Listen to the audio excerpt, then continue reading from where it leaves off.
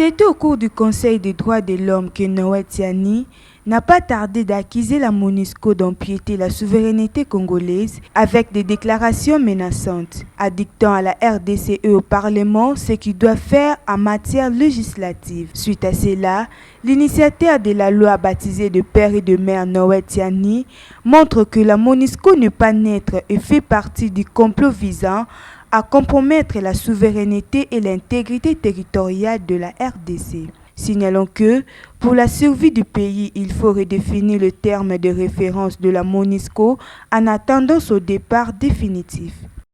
À travers un communiqué publié jeudi 6 avril dans la soirée, la représentante spéciale du secrétaire général des Nations Unies en République démocratique du Congo, Bintou Keïta, condamne avec la plus grande fermeté les tueries de plus de 30 civils dans la province de l'Ituri.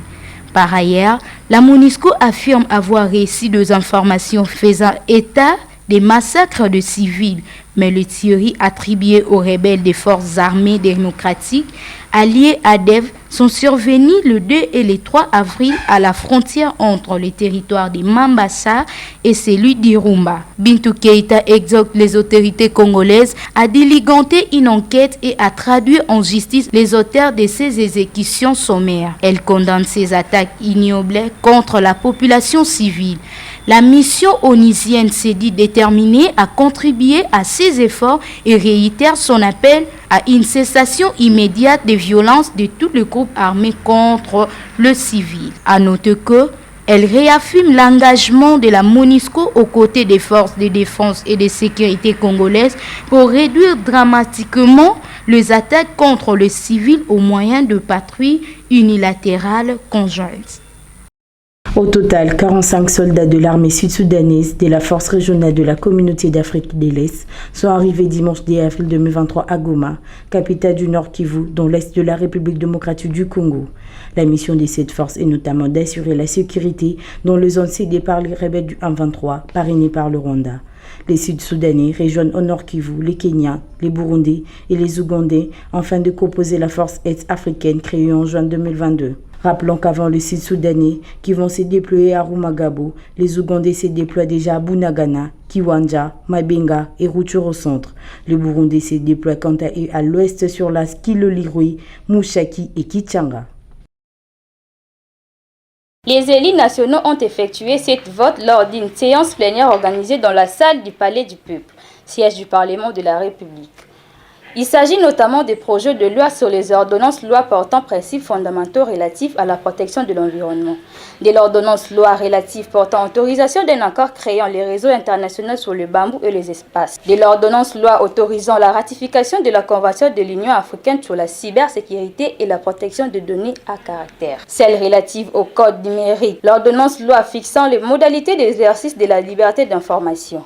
À noter que cette mention a été acceptée par l'Assemblée plénière malgré les tergiversations de quelques députés membres de l'opposition parlementaire qui exigent un débat approfondi.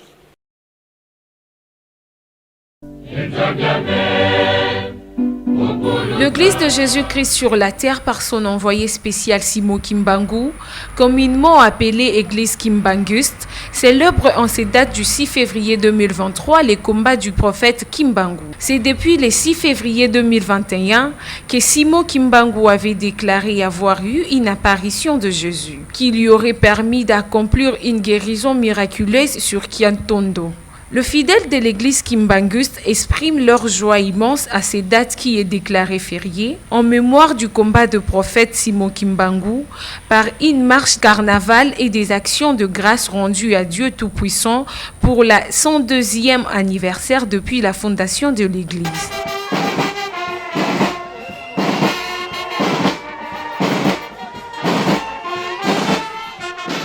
Par ailleurs, le fidèle de l'église Kimbanguste rempli de joie de cet acte posé par le chef de l'État. Nous, Kimbanguistes, sommes venus commémorer le 102e anniversaire de la fondation de l'église Kimbanguiste, le début du ministère public de Papa Simon Kimbangu en Kamba le 6 avril 1921. Donc 1921, 6 avril 2023, juste 102 ans. Le chef de l'État a promis à l'église Kimbanguiste, à son éminence Papa Simon Kimbangu Kiangani, de faire de cette date une journée fériée, chômée et payée sur toute l'étendue du territoire national. À noter, le chef de l'État avait promis au Kimbanguste, il y a cela quelques mois, d'honorer la date du combat de Simon Kimbangu et cela vient d'être concrétisé.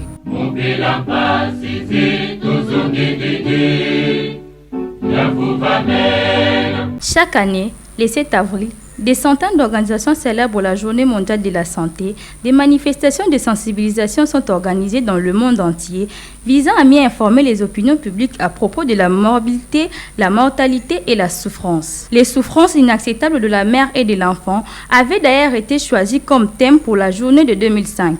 L'OMS est partie prenante de cette journée et a organisé des manifestations au niveau mondial, régional et national pour marquer la Journée mondiale de la santé. Par ailleurs, notre capital inaliénable le plus précieux est notre santé. Mais le constat mondial est alarmant. Le pays en voie de développement ne bénéficie toujours pas des conditions de vie nécessaires à maintenir une bonne santé.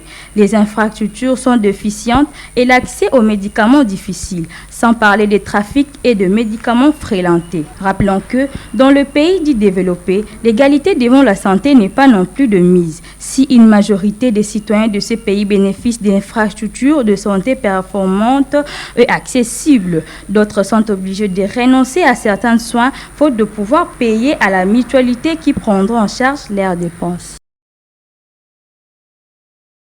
Et donc venir à Pékin, accompagné de la présidente de la Commission européenne, Madame von der Leyen, c'est souligner la cohérence de cette démarche, celle évidemment de la guerre en Ukraine et de ce que nous pouvons essayer d'engager avec la Chine. La guerre menée par la Russie en Ukraine a profondément atteint l'ordre international que nous connaissons depuis 1945.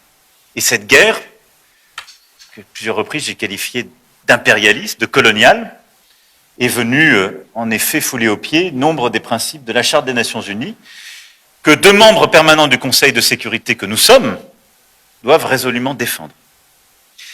Alors, la Chine, précisément forte de sa relation étroite avec la Russie, encore réaffirmée ces derniers jours, peut jouer un rôle majeur.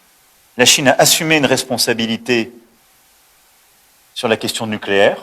Nous aussi, nous pouvons nous y engager et ça aura un rôle déterminant dans ce qui est en train de se passer aujourd'hui, évidemment dans le cadre de l'agression russe en Ukraine, mais dans les choix qui ont été faits avec la Biélorussie ou sur le nucléaire civil. La Chine a réaffirmé son attachement à la Charte des Nations Unies. L'intégrité territoriale, la souveraineté des nations en font partie. Et je crois que les défendre, c'est aussi cheminer ensemble et essayer de trouver un chemin de paix. Et la Chine, justement, a proposé un plan de paix. Nous l'avons salué. Est-ce que nous nous y retrouvons dans son intégralité? Non. Néanmoins, il a un intérêt, il montre une volonté de s'engager sur la résolution du conflit. Et donc, s'il ne s'agit pas d'un plan de paix, il s'agit bien d'une volonté d'avoir une responsabilité, d'essayer de bâtir un chemin vers la paix